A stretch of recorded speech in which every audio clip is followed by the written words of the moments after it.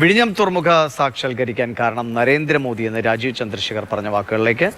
താൻ നേരത്തെ വന്നതിൽ കമ്മ്യൂണിസ്റ്റ് രാജവംശത്തിലെ മരുമകന് സങ്കടമായി. ഇനി എന്തുമാത്രം സങ്കടപ്പെടാനിരിക്കുന്നുവെന്നും രാജീവ് ചന്ദ്രശേഖർ പരിഹസിച്ചു. കേരളത്തിന് വേണ്ടി ഇതൊരു പ്രധാനപ്പെട്ട പ്രോജക്റ്റായിട്ട് കാണുമ്പോൾ, ആഘോഷിക്കുമ്പോൾ, സന്തോഷമായൊരു ദിനം ആണ് കാണുമ്പോൾ ചില,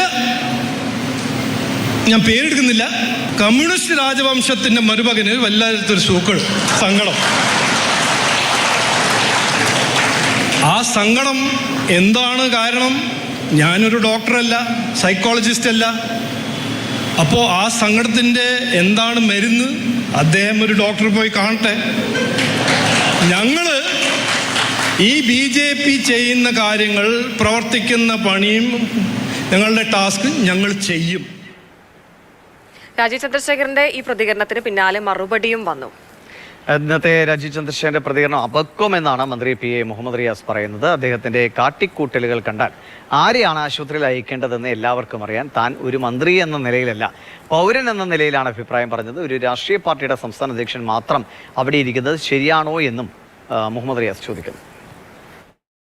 ഒരു രാഷ്ട്രീയ പാർട്ടിയുടെ സംസ്ഥാന അധ്യക്ഷൻ മാത്രം അവിടെ ഇരിക്കുന്നത് ശരിയാണോ? ഇത് വളരെ ഏതൊരു വ്യക്തി, BJP ഉള്ളവരും ചിന്തിക്കേണ്ട കാര്യമാണ്. അതിൻ്റെ ഭാഗമായിട്ടാണ് ഉന്നയിച്ചത്, പറഞ്ഞത്.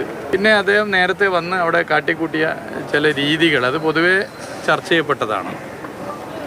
പക്ഷെ അതിനോട് അദ്ദേഹത്തിൻ്റെ ഇന്നത്തെ പ്രതികരണം അപക്വമായി പോയി. കഴിഞ്ഞ കുറച്ച് ദിവസമായിട്ട് അദ്ദേഹത്തിൻ്റെ കാട്ടിക്കൂട്ടലുകൾ കണ്ടാൽ ആരെയാണ് ഡോക്ടറെ അടുത്ത് പറഞ്ഞയക്കേണ്ടത് എന്ന് വേണമെങ്കിൽ പറയാം.